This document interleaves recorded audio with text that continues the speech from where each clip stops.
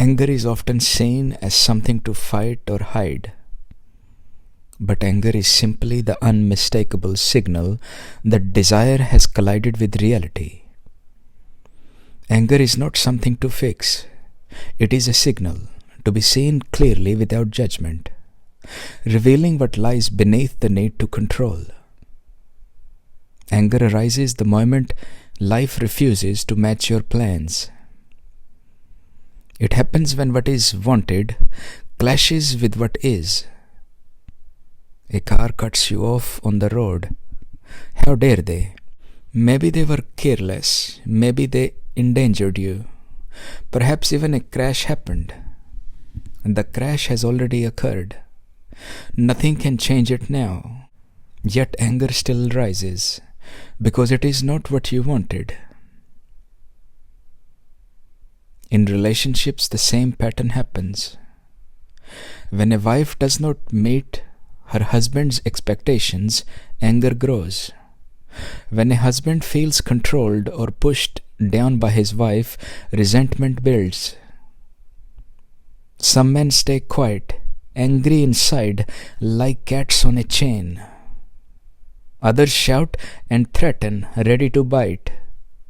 Some women feel scared and invincible, taught to serve as if they don't exist, born into a life where their voice is silenced, bound by rules harsher than any chains. Others start with a small ring, but it grows into chains around a man's life. They use threats, children, and division to tighten control over him. This is not blame. It is an unvarnished reflection. Even holidays are planned to escape the repetition. A new place, a new country, a new sight, a break from routine. But what truly changes? Same air, same sky, same sun, the same gravity holding it all in place. The clutter is different. Different buildings, customs, rules. Driving changes sides, right or left, but it is still wheels turning, still roads and engines, still movement, same clutter. Even the names change. The language sounds different, but it is the same utensils, same rooms, the same hunger to feel new. The same mental noise moves wherever you go. What you run from follows. It is not the place that traps you, it is the pattern. And there too, anger will rise.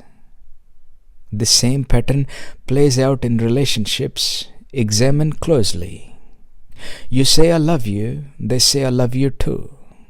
Every birthday, same dinner, same gift, same promise to keep each other happy forever. Intimacy bloomed once and was beautiful, but now you pay the price, working tirelessly to protect what has already passed, as if love were a contract you must endlessly renew. Even the food repeats its disguise, a little decoration on the plate, but the same corn, the same rice, the same root, same mango, same salt. It only looks different to keep the mind entertained. Workplace is no different. Everyone comes with their own mind, tuned differently, behaving differently. When these differences clashes with your preferences, anger arises, not because they are wrong, but because you wanted them to be otherwise. See what happens with possessions. You buy a new car, a phone, a watch, wanting them to stay perfect, but the phone drops, the watch scratches, the car gets dented, and anger erupts, because you believed new meant untouched by time. Even the place where you spend most of your life is no exception. See it with clear intelligence, not with habit. At home, children grow their hair long or cut it short, beards or shaved, color it, pace it, dress it in a way you never imagined. They visit temples you don't know, marry those with different gods, not the gods you believe in.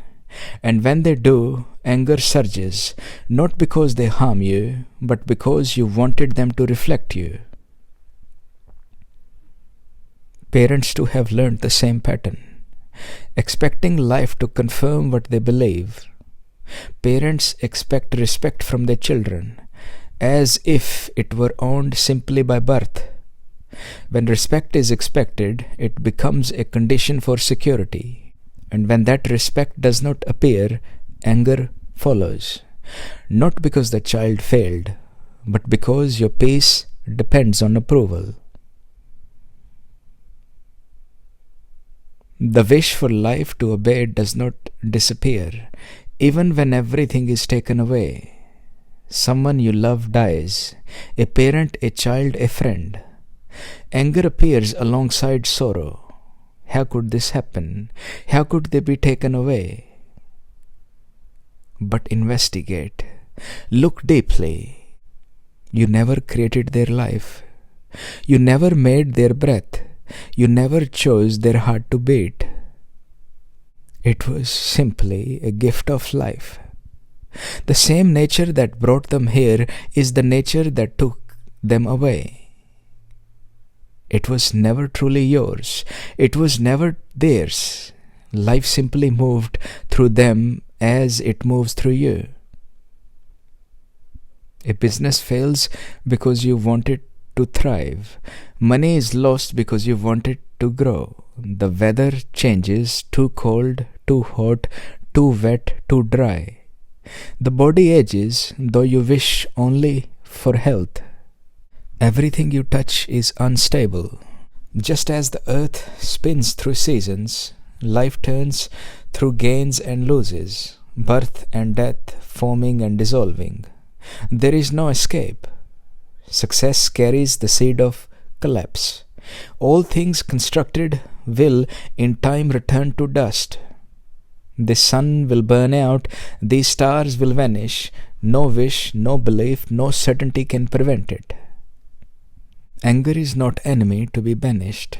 It rises when desire collides with reality. There is no need to accept it politely, nor pretend it is not there.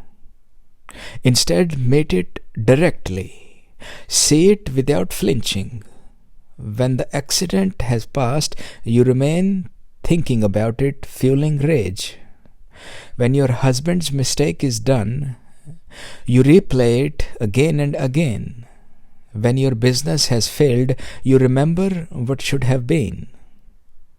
Habit sustains anger, the habit of trying to make life different from what it is.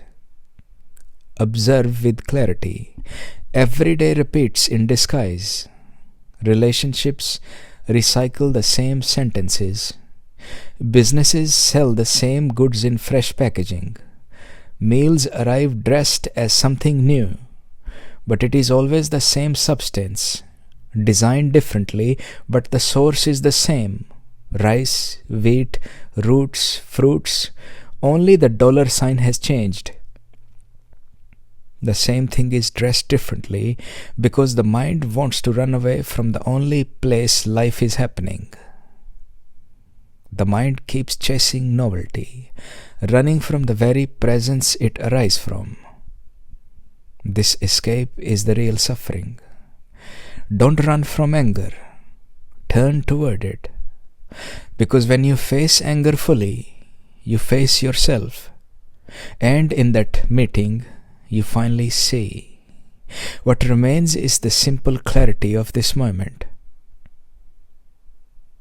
Anger will rise again, as it always does.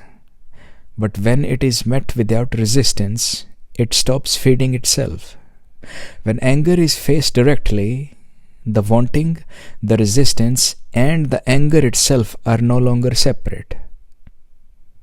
And what remains is the simple clarity of this moment.